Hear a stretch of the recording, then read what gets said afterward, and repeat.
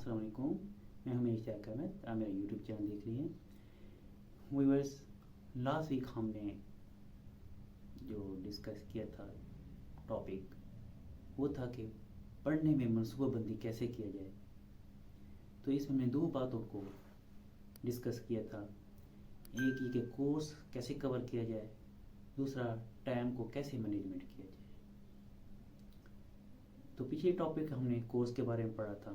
آج ہم دیکھیں گے کہ وقت کتنا امپورٹنٹ ہے, اس کو ہمیں کیسے مینجمنٹ کرنا چاہیے, کیسے مینج کرنا چاہیے. ہمیشہ دیکھیں کہ امتحان میں کتنا وقت باقی ہے. اپنی منزل مقصود کو سامنے رکھتے ہوئے تیاری کیجیے. فرض کیجیے اگر وقت کم ہے,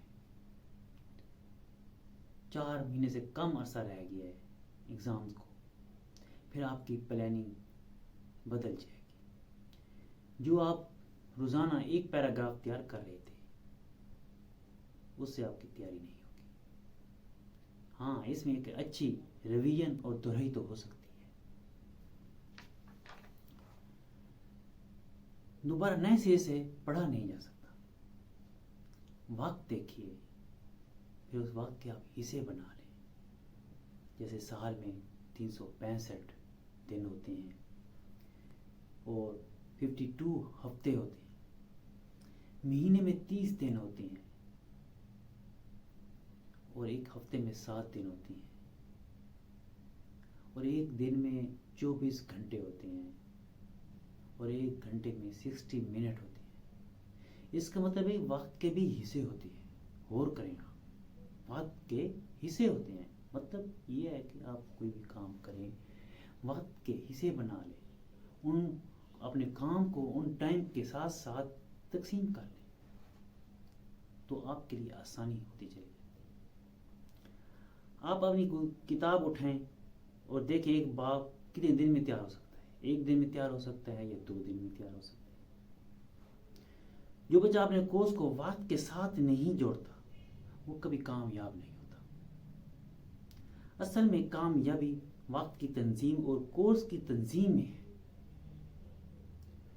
جو اسٹوڈنٹ تعلیمی منصوبہ بندی نہیں کر سکتا, کمزور ہے اس میں, وہ کبھی نمبر نہیں لا سکتا, چاہے وہ لائق ہے یا نالائق, چاہے سارا کورس نے پڑھا ہوا ہے.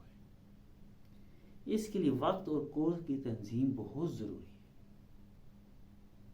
دونوں کو دیکھنا پڑتا ہے کہ میں نے کورس کتنا ہے, کتنا اس کو میں نے بانٹنا ہے, اور وقت کتنا ہے اس کے لحاظ سے ٹائم کو کتنا میں نے حصے بنانے ہیں اور اپنے کورس کو ٹائم دینا ہے.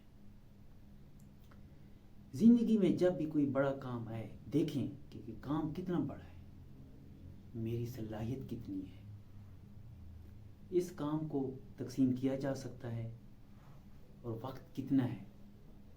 ان سب چیزوں کو آپ منظم کرنا سیکھتے ہیں. دراصل آپ پلاننگ سیکھ رہے ہوتے ہیں. جو پلاننگ سیکھ لیتا ہے نہ صرف اس کی تعلیم بلکہ اس کی زندگی بھی منظم ہونے لگتی ہے. اس کے نمبر اچھے آنا شروع ہو جاتے ہیں, بلکہ اس کی زندگی کے ہر شعبے میں کامیابی اور بہتری آنے لگتی ہے. پھر اللہ تعالیٰ آپ کا ساتھ دیتا ہے. اللہ تعالیٰ آپ کا حامی و ناظر ہو اور آپ کو آسانیاں دے اور آسانیاں بانٹنے کی توفیق عطا فرمائے. اللہ حافظ.